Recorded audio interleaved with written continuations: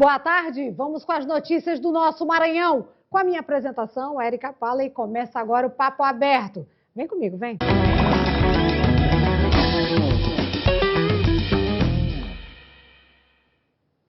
Segunda-feira, minha gente, segunda-feira do meu agrado, muitas notícias, muita coisa hoje para a gente conversar. Eu vou falar, lógico, né?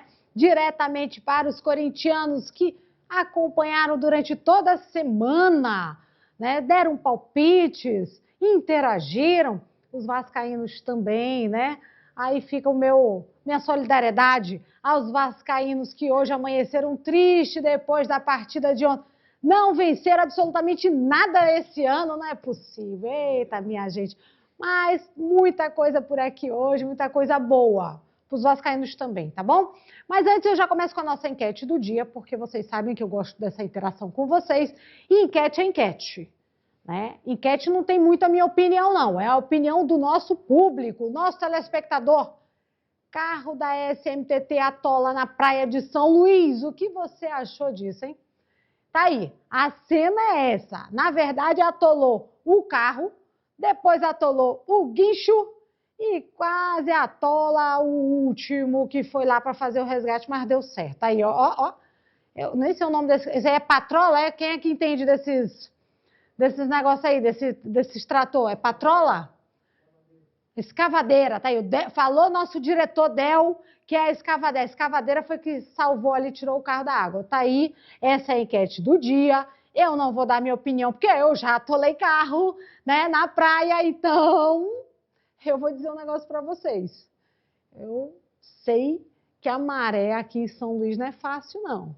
Não sei se caiu em pocinha, se não caiu. Tá aí, tá a nossa enquete, viu? E campeão, né? Então, vamos falar de campeão logo? Começar logo falando... John, para com isso, John. O John tá ali, gente, né? Se divertindo, torceu bastante por isso. E é campeão, ou melhor, tetracampeão. O Corinthians fez valer o seu histórico positivo contra Vasco e o excelente retrospecto decidindo a Copa do Brasil como visitante. Não deu outra. Solta aí pra gente. Vem lançamento mais uma vez, Mateuzinho por dentro com o Yuri Alberto, ele bate pro gol! E a bola passa pra fora! Tem pedindo por dentro por aí o Michael, ele prefere a inversão do lado direito com o Mateuzinho, um bolão do Ranieri, Mateuzinho, do outro lado tem pedindo o Yuri Alberto, um bolão pra sair na cara do gol! Gol!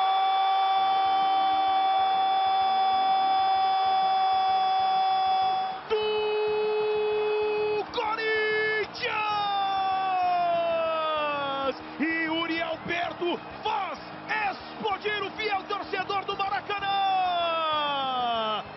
Vai para a cobrança da arremesso lateral, Pumita.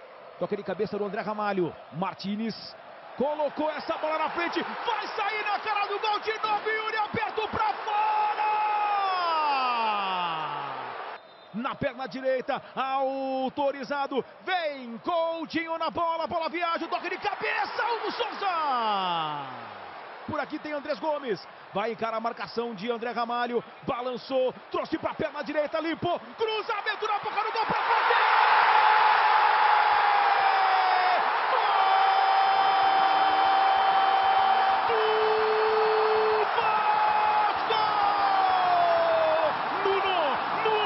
Nuno Moreira faz explodir o Maracanã!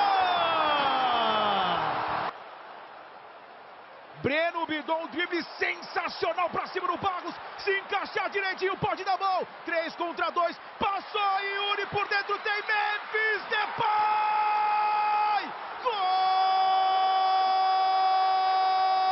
Do Corinthians! Quando a camisa pesa, ele sustenta, Memphis Depay! Quando o contexto foi contra, a história foi a favor. O Corinthians é campeão da Copa do Brasil.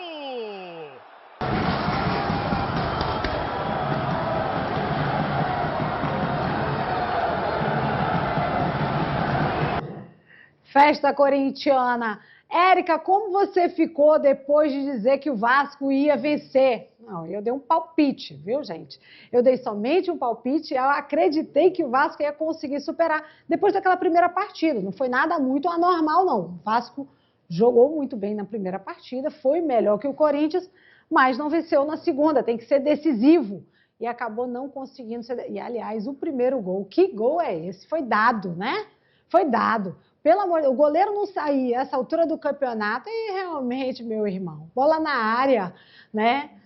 Segue a regra. Bola na área, o goleiro tem que sair para dividir, não tem jeito. E olha, o torcedor do Corinthians tem motivos de sobra para festejar agora na noite desse domingo, além de superar o Vasco na final. Conquista também a Copa do Brasil pela 4ª vez. A equipe de Dorival Júnior também garantiu vaga na Conmebol, Libertadores, e ainda tem agora pela frente o Flamengo na Supercopa do Brasil, né? E aí é que a gente vai saber mais quem é que vence essa Super... O Del já está arriscando o placar dele. Quer, Del? Qual é o placar, Del? De Corinthians e Flamengo na Supercopa? 2-0 Flamengo. 2-0 Flamengo. Eu não sei porque ele tem com esse 2-0 entranhado nele o ano inteiro, esse 2-0, né? Bom, agora eu tenho aqui uma super entrevista, uma entrevista que não só aproxima, né, a realidade das ruas das nossas capitais, mas também ao nosso público, porque vocês sabem que a gente tem muita responsabilidade. Eu venho dando as notícias daquilo que acontece, com prisões, apreensões, a gente vem trazendo muita coisa aqui no Papo Aberto, e eu quero hoje, né, poder aí trocar uma ideia, um papo aberto, né, com uma pessoa que é responsável por muito dessas operações que vem acontecendo aí na Grande Ilha, em especial ali no setor sul, denominado assim pela PM, né, que é o Tenente Coronel Fábio. Seja muito bem-vindo. Boa tarde. Boa tarde. E eu fiquei admirada, né, não só pelo reconhecimento do seu trabalho, mas também com o ano 2005 que a gente teve ali na região, que a gente sabe que é uma região, né, que acontecem muitos episódios, mas o trabalho da PM foi um trabalho intensivo. Eu estou errada, Tenente Coronel? A gente assumiu o comando da área metropolitana sul no início do ano, né, em janeiro. Para quem não sabe, a região metropolitana, isso cartograficamente falando, é dividida em 4 grandes áreas: norte, sul, leste e oeste. A área sul é responsável ali pelo eixo Itaquibacanga, Vila Maranhão, o grande polo do Coroadinho e a BR-135 na toda a sua extensão, que passa pela capital com seus bairros adjacentes. Isso aí dá uns 164 bairros, aproximadamente 500 mil de habitantes trabalham ou residem na região. A política de comando, quando nós chegamos no CEPAM Sul, foi valorizar nosso policial, porque é o nosso melhor ativo que nós temos. Já visto que a gente já superou barreiras dentro da instituição, que era a questão de logística, equipamentos, viaturas. A gente precisava tratar bem, era o nosso policial. E este policial, por ser cliente do sistema também e executor, ele é uma ferramenta fundamental para ele sair da zona de conforto e combater o crime, que a gente sabe que não é fácil. Já visto que hoje o crime bem organizado, tem um poderio financeiro enorme, logística também, equipamentos, armamentos. Mas nós, policiais militares, nós temos como ofício e dever salvaguardar a população, mesmo com o sacrifício da própria vida, e isso por juramento. E aí tem uma diferença muito grande, porque o policial militar, ele tem amor ao próximo, porque a gente sai de casa para combater o crime, para proteger pessoas que nem mesmo a gente conhece, e amor próprio, para proteger nossas vidas também, porque nosso dia a dia ele é meio pesado. E o da família, né? Porque vocês deixam as famílias de vocês, às vezes até em festas comemorativas. Agora teremos aí a operação de Natal, Ano Novo, né? E com certeza o policiamento todo na rua. E aí precisa também se lembrar que ainda tem a família em casa. A profissão policial militar é diferente das demais. É um sacerdócio ali, porque a gente não tem festa, a gente não curte festa, a gente está sempre trabalhando no Natal, Carnaval, São João, todas essas grandes datas aí, a gente sempre está empregado. E a nossa família é nosso sustentáculo, né? É a nossa base para a gente combater o crime e se doar mais ainda pela sociedade. Tenente Coronel, me diga quais foram as maiores... A gente acompanhou muitas apreensões, temos imagens, inclusive, passando aí de alguma delas, né? Mas o Sim. que mais no setor sul foi predominante? Bom, a gente adotou uma política de forma preditiva e nós saímos do campo da reatividade para a proatividade. E então nós fizemos uma análise criminal, mapeamos a geografia do crime e passamos a atuar naqueles pontos sensíveis, onde estavam dando problema. E, acima de tudo, ouvindo a população, a comunidade, porque é a população que está sentindo a dor. E aí nós fomos aplicar o remédio correto para cada situação. Nós, quando assumimos, estávamos num pico de CVLI. O que é CVLI? São crimes violentos letais intencionais, homicídios, feminicídios, latrocínios, lesões corporais graves. A gente foi em cima daquelas pessoas que estavam cometendo esses delitos, conseguimos aumentar essas prisões, aumentamos em 70% o mandado de prisões, tiramos marginais das ruas, pessoas que não têm condições de estar no convívio social. Nós aumentamos em mais de 170% a apreensão de arma de fogo, o instrumento que mata. Sim. Então, cada arma que a gente tira de fogo, pelo menos uma vida a gente está protegendo. E demos uma porrada muito grande no crime, no poderio financeiro dele, porque nós aumentamos em mais de 5.000% a apreensão de drogas na nossa região. Nós apreendemos muita droga nessa região e fizemos o quê? Associamos o crime. Tiramos o poderio financeiro dele, tiramos o instrumento dele de atuação, e isso resultou em números estatísticos. Nós conseguimos baixar 22,2% os homicídios, baixamos 50% com relação aos crimes contra a pessoa, contra a residência, roubo de residência, baixamos 44%, assalto coletivo, baixamos 11%. Enfim, toda essa gama de planejamento organizado e de forma cirúrgica fez com que nossos resultados eles fossem muito exitosos, mas sempre levando em consideração que nosso principal ativo é o nosso homem. E aí, nesse momento, nesse ano, nós passamos de um processo de valorização do policial. O nosso comandante-geral tem como política de valorizar aqueles policiais que estão na atividade fim. Obviamente que respeitando aqueles que estão na parte administrativa, Sim. mas nosso principal ativo é aquele que está na atividade fim, combatendo diariamente o crime, trocando tiro com bandido, com marginal. Além do que, deu mais dignidade quando ele autorizou a reforma de diversos quartéis, dando melhor dignidade aos policiais, um alojamento bom, uma sala boa, um ar-condicionado, material, a logística perfeita para isso. E não paramos por aí. O nosso objetivo no ano de 2026 é intensificar mais ainda as operações, fazer uma avaliação do que ficou bom, do que deixou a desejar, para a gente operar nessa situação bem aí. A gente pode ver também uma aproximação da PM, né, não só dentro dos bairros, normal, com a população, mas com muita criança. A gente viu nos últimos dias, inclusive, né, os policiais interagindo, né, alguns comandantes, o próprio tenente-comandante Manuel também, sim, o senhor que é do esporte, que gosta de basquete, a gente vê essa interatividade. Isso acaba ajudando o trabalho da polícia, essa aproximação com as crianças e tirando mesmo, né, porque a gente que anda em comunidade sabe muito bem disso, eu ando muito em comunidade, o pessoal sabe disso, tirando aquela imagem de que a polícia, né, é que tem que ser temida, né, e a criança acaba crescendo na comunidade achando mais normal, né, o bandido armado do que o policial armado. Essa pergunta é interessante, essa colocação.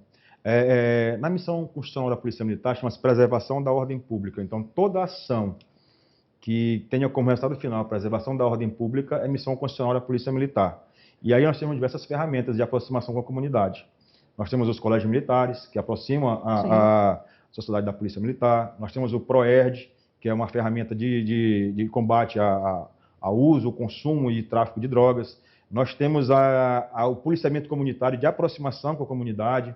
Enfim, a gente sempre busca esse bom relacionamento para que a gente tenha a sociedade como nosso produto final, né? Como nosso cliente, e a gente sempre está entregando o melhor possível.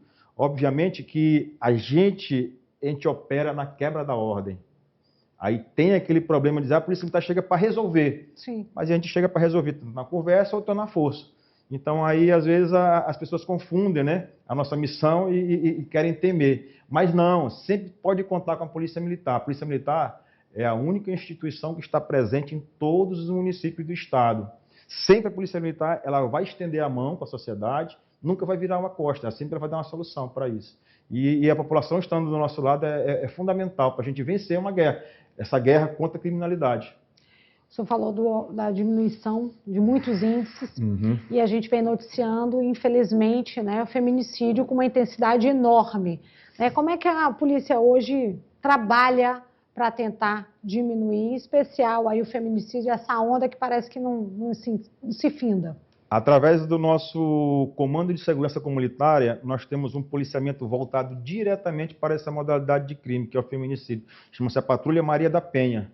E na nossa área metropolitana sul, nós temos um índice alto. E nós aproveitamos também com a nossa ronda escolar e nós implementamos palestras, né, para essas crianças, para as pessoas que público-alvo final, nessa temática.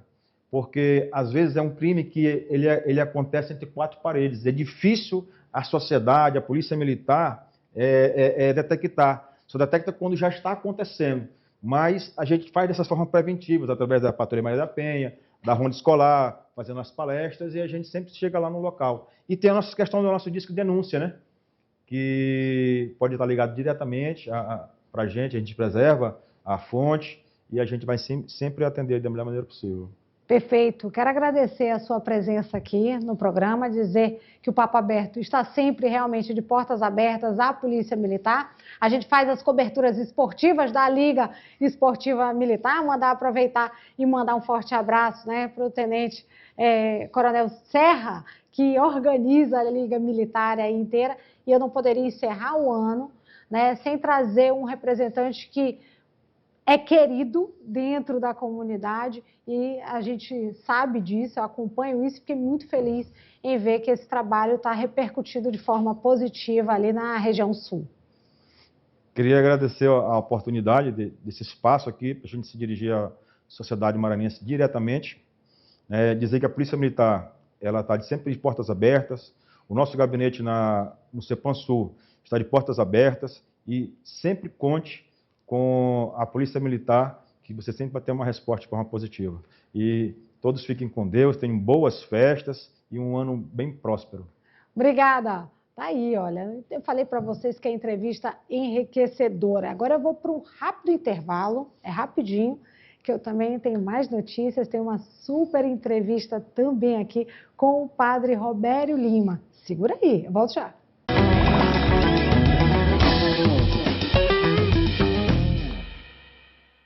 Voltamos, minha gente, voltamos. Segunda-feira, né? Aquela segunda-feira sempre repleta de muita informação. E hoje uma informação aí para a região tocantina. Será inaugurada a nova estrutura da ponte Juscelino Kubitschek de Oliveira, que liga aí os municípios, né, de Aganópolis e do Tocantins e o Estreito, no Maranhão. A data marca exatamente um ano da tragédia registrada ali no local, quando, né, o vão central da antiga ponte desabou, provocando queda de veículos, morte de 18 pessoas, 18 vítimas, né? Entre eles aí, né, 3 ficaram desaparecidos, apenas uma pessoa, um homem sobreviveu. A nova ponte simboliza a retomada da ligação entre 2 estados e também um momento de memória e respeito às vítimas do desabamento. Ponte construída como um modelo semelhante da antiga ponte JK, surge como um marco importante para a região. A estrutura possui 630 metros de extensão e 19 metros de largura, dimensões superior à da antiga travessia, o que deverá garantir maior segurança e melhor fluidez no tráfego de veículos leves e pesados. A ausência da ponte causou também um impacto significativo em diversos municípios, em especial as cidades de Estreito, no Maranhão, e Aguiarnópolis, do Tocantins. A população e o setor produtivo foram diretamente afetados pelo colapso da antiga estrutura, que interrompeu uma das principais ligações entre os 2 estados. Durante a produção desta matéria, foi possível observar o intenso fluxo de carros, ônibus e caminhões aguardando a travessia por meio de balsas. Em horário de pico, A espera ultrapassava 4 horas, gerando transtornos, prejuízos econômicos e atraso no transporte de mercadorias e passageiros. Além do congestionamento, a falta da ponte também contribuiu para o registro de graves acidentes na região. Caminhões e ônibus chegaram a cair no rio Tocantins após apresentarem problemas mecânicos, enquanto aguardavam o embarque para a travessia, evidenciando o risco enfrentado diretamente por motoristas e usuários. Com a conclusão da nova ponte, a expectativa é de que a mobilidade seja restabelecida, reduzindo o risco, diminuindo o tempo de deslocamento e impulsionando novamente o desenvolvimento econômico e social de toda a região. Que bom, né? Que essa ponte chega nesse momento realmente que as duas cidades precisam e, na verdade, os dois estados. Então, fundamental essa entrega e uma entrega que foi no tempo já determinado. Nem chegou a ser um ano exato, né? Mas uma entrega aí providencial nesse momento. E providencial também é a entrevista que eu tenho agora, porque estamos na semana do Natal. Eu acho a data do Natal a mais bonita do ano por todo o simbolismo e por aquilo que ela realmente, verdadeiramente representa. E para isso, para conversar sobre esse assunto e explicar para a gente o que é o Natal, o que o Natal deveria representar e que ele representa, eu estou aqui com o padre Robério Lima. Padre, muito boa tarde, seja bem-vindo, obrigada por ter vindo, viu? Boa tarde, Érica, boa tarde, telespectador. É uma alegria estar aqui, poder conversar sobre esse tema que está na nossa respiração nesses tempos, de modo especial, né? Padre, estamos na semana do Natal, né? E às vezes no meio da correria não se sabe o que representa o Natal. A gente fala de presente, né? Aqui nos bastidores a gente estava falando agora de panetone, né? De enfeite, de luz. Mas o que o Natal verdadeiramente representa, não só para a Igreja Católica, né? Mas que deva representar para a população? Olha, eu vou começar trocando o verbo. O Natal, Perfeito. ele é, né? Ele é. Ele tem suas representações, mas o Natal, ele é essa atitude amorosa, misericordiosa, bondosa de Deus, que decide morar no meio de nós, que decide armar sua tenda no meio da humanidade. É importante perceber que, outrora, a relação com Deus era uma relação de um Deus muito distante. A gente não podia sequer pronunciar o nome de Deus. Ele era impronunciável. E depois, Deus vai conduzindo o seu povo e, num determinado momento, ele diz: não chega dessa distância. Eu sou um Deus próximo, Emmanuel, Deus conosco. E por isso o Natal é isso. Deus deixa o seu lugar de Deus, digamos assim, lá das alturas, lá da distância, e arma a sua tenda no meio da humanidade, para dizer que ele é um Deus que caminha conosco, é um Deus conosco. E o Natal é isso, é esse mistério da encarnação desse Deus na história da humanidade, para nos tornar melhores, para pegar a nossa humanidade e elevar a divindade dele. Padre Robério, como está sendo o desafio, né? Porque os últimos anos, eu não digo do ano 2025 em si, né? Mas os últimos anos foi um ano desafiador, anos desafiadores talvez para todos nós, né? Enfrentamos aí uma pandemia, né? Muitos perderam seus empregos.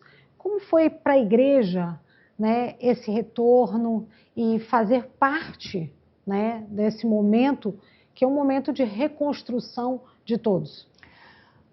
A igreja, nesse período delicado da pandemia, ela tentou encontrar, se adaptar, assim como muitos outros segmentos, uma forma de continuar próxima das pessoas. E, na medida do possível, esteve. Quando foi passando, foi aliviando essa crise, ela foi reabrindo e acolhendo, né, as pessoas. Então, claro que existem processos novos, jeitos novos, porque algumas coisas, de fato, depois de se viver uma experiência tão forte, né, sobretudo do ponto de vista traumática, né, são muitas perdas. Então, algumas coisas, elas precisam ser reinventadas. Então, a igreja continua, né, ao seu modo, na sua missão de anunciar Jesus, né? E de animar todos os batizados a se tornar seguidores, não só de nome, não só de carteirinha, né? Não só de certidão, mas de fato seguidores dessa proposta de Jesus, né? A gente chega no final de ano, né? E é assim, eu tenho muito isso de fazer retrospectiva do meu ano, e acredito que o telespectador também, né? A população em si faz aquela retrospectiva. E às vezes algumas coisas deram certo, outras coisas nem tanto, né? Eu gostaria que o senhor desse um recado, deixasse um recado para as pessoas, né, nesse final de ano, o que elas devam realmente fazer de reflexão nas suas vidas, em especial nesse momento do Natal. Eu acho, Érica, que o Natal, ele é também um recomeço, né? O Natal é Deus dizendo para nós o tempo todo que existe uma esperança, que existe uma chance para a gente recomeçar. Então, obviamente, todas essas coisas, essas luzes que se acendem fora, as representações que você falava, o panetone, são representações e são aspectos externos que nos lembram o Natal. Isso é importante, né? Não precisa a gente condenar isso. Agora, tudo isso precisa nos ajudar a viver essa realidade interior. A acender as luzes fora é fácil. É preciso acender as luzes dentro de nós, né? E por isso é importante olhar para o Natal como esse recomeço. É Deus segurando na nossa mão e diz assim: ainda não está do jeito que eu quero, mas vai ficar. Isso é um olhar de esperança, um olhar muito agradável, um olhar positivo de Deus sobre a humanidade, sobre cada pessoa, sobre nós, sobre mim, sobre você. Padre, quero agradecer a sua presença aqui e gostaria, né, de informar como é que está a programação de Natal na igreja, né, Nossa Senhora da Conceição do Coroadinho. Vamos ter alguma programação especial? Olha, nós temos a celebração no dia 24 às 19 horas, mais cedo, para pessoas também voltarem para casa, prepararem suas ceias. Isso é importante também, são rituais da existência humana. É importante. Natal é isso também, é unidade, é união, é celebrar juntos. E no dia 25 às 8 da manhã. No dia 31, nós também temos a missa, é uma missa de agradecimento, é a última missa do ano, né? Ela não é que tem uma prescrição litúrgica específica, mas é o último dia do ano civil, né? Então, nós temos a missa às 7 da noite, e no dia 1º, aí sim, solenidade de Maria, Mãe de Deus, às 8 horas da manhã, na Igreja Matriz. Muito obrigada pela sua presença aqui, os esclarecimentos, e esteja sempre à vontade para voltar. Eu agradeço, Érica, e desejo que você, toda a sua equipe, telespectador, com sua família, tenha um Natal abençoado, cheio da luz verdadeira que é Deus no meio de nós. Aí, gente, a gente se despede juntos, né? Me despeço de vocês hoje, a gente retorna amanhã, se Deus assim nos permitir. Tchau. Tchau, gente. Aí.